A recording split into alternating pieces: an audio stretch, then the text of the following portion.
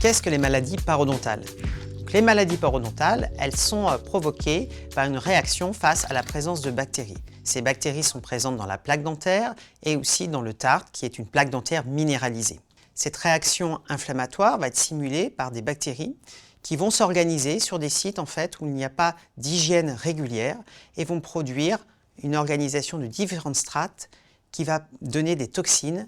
Et ces toxines vont générer une réaction inflammatoire locale qui va s'étendre plus ou moins de manière importante à la bouche. Ces pathologies vont apparaître généralement vers la trentaine et elles vont être très présentes chez les populations autour des 50 ans. Globalement, on considère que 6 adultes sur 10 à 50 ans ont une maladie parodontale à différents stades. Ces maladies parodontales, elles sont de deux types. On va avoir des maladies parodontales réversibles. C'est la gingivite. La gingivite est une inflammation superficielle de la gencive en réaction à la présence de bactéries. Cette réaction est réversible si on remet une hygiène correcte en éliminant donc les facteurs qui sont les bactéries et la présence de tartre. On va pouvoir retrouver un état sain de la gencive sans dégradation. Ce mécanisme de gingivite se produit en quelques jours et il est réversible en quelques jours aussi. Par contre, si cette gingivite s'installe dans le temps au fur et à mesure des mois et des années, va s'initier une destruction irréversible de la gencive et de l'os en dessous. À terme, sur plusieurs années, on peut aboutir jusqu'à la perte des dents puisqu'il n'y aura plus d'os pour les maintenir. Les maladies parodontales sont des pathologies d'origine infectieuse avec une composante inflammatoire. La bouche n'étant pas en dehors du corps, nous allons avoir des interactions aussi avec la santé générale et notamment d'autres pathologies chroniques. Donc, ces pathologies d'origine infectieuse peuvent avoir des interactions directement avec le passage de bactéries qui peuvent migrer par la circulation sanguine dans d'autres zones au niveau du corps.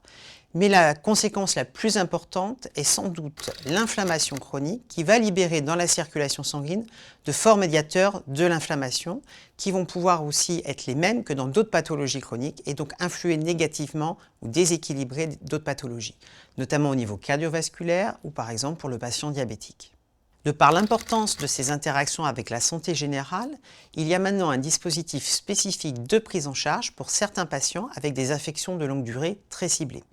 Dans ce dispositif pris en charge à 100% par l'assurance maladie, il est prévu un dépistage des maladies parodontales par un examen clinique approfondi des gencives et éventuellement de la formation de poches parodontales, qui sont en fait un espacement de la gencive des dents. Et il y a aussi éventuellement un traitement primaire d'interception qui est pris en charge toujours dans le cadre de l'assurance maladie.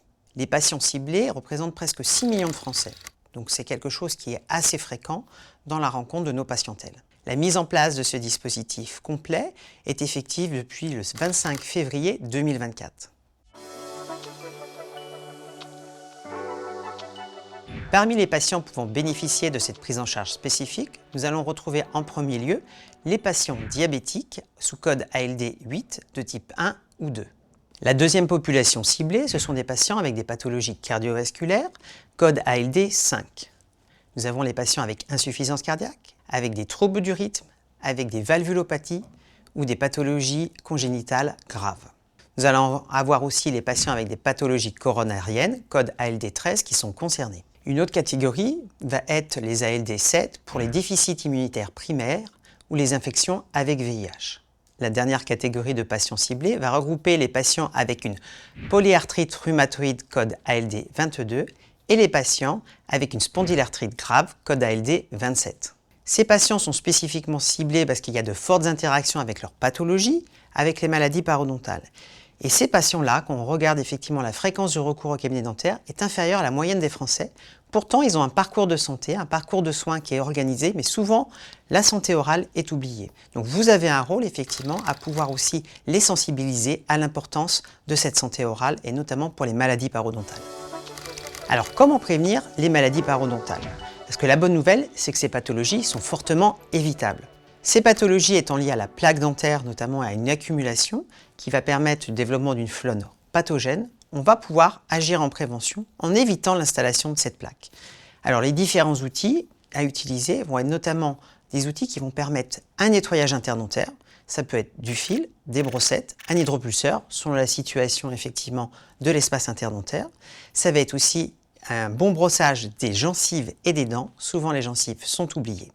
Il peut y avoir aussi en complément l'utilisation d'un bain de bouche de prévention, qui sont des bains de bouche qui vont limiter la recolonisation bactérienne après le protocole d'hygiène. Le protocole d'hygiène doit se faire au minimum 2 fois par jour, on va dire le matin et le soir. Le développement bactérien est à peu près de 12 heures, d'où l'intérêt de cette hygiène biquotidienne. Voyons quelques éléments de repère sur ces différents outils. Au niveau du brossage, bien sûr, la brosse à dents va être essentielle. Il va y avoir 2 types, la brosse à dents manuelle. Nous allons recommander une brosse à dents souple pour pouvoir avoir des poils qui se déforment bien, pour pouvoir notamment nettoyer les interstices plus facilement et les gencives sans les agresser. La taille de la brosse à dents doit être petite pour pouvoir faciliter le brossage dans les zones difficiles d'accès. Le brossage électrique est un outil très intéressant qui a été développé à l'origine pour des personnes handicapées pour avoir une certaine autonomie dans leur hygiène. Mais on remarque que c'est un outil aussi thérapeutique, notamment vis-à-vis des patients ayant des maladies parodontales ou à risque de maladies parodontales. On va avoir une nette amélioration de l'hygiène, car notamment dans les zones difficiles d'accès, la brosse à dents électrique va faire le mouvement, on n'a pas besoin d'avoir une grande dextérité pour pouvoir l'utiliser. Au niveau du nettoyage interdentaire, les outils spécifiques à utiliser vont être le fil dentaire. Le fil dentaire, l'indication vont être des dents avec des espaces très serrés, des points de contact, où le fil va permettre d'avoir une action mécanique pour déplacer la plaque bactérienne. Si l'espace est lâche, le fil dentaire ne sera pas efficace. Il faudra alors utiliser d'autres outils, comme par exemple les brossettes interdentaires. La brossette interdentaire, c'est la mini brosse à dents pour nettoyer des espaces interdentaires qui peuvent être larges ou élargis, par exemple par une maladie parodontale qui a affaissé la gencive. Les brossettes, pour bien les choisir, doivent être des brossettes qui doivent s'insérer sans forcer, mais doivent permettre de frotter les surfaces. Une brossette lâche ne sera pas efficace. Donc, dans le conseil patient, c'est important la sensation qu'on va avoir à l'usage. Il est aussi possible, dans certains cas, d'additionner éventuellement un hydropulseur qui va permettre, avant le brossage, de pouvoir retirer des débris alimentaires dans les espaces interdentaires. Quel que soit le matériel interdentaire utilisé, il va être important de l'utiliser avant le brossage. En effet, il est important que sur les espaces interdentaires, la plaque dentaire soit retirée pour que le dentifrice et notamment au fluor puisse diffuser.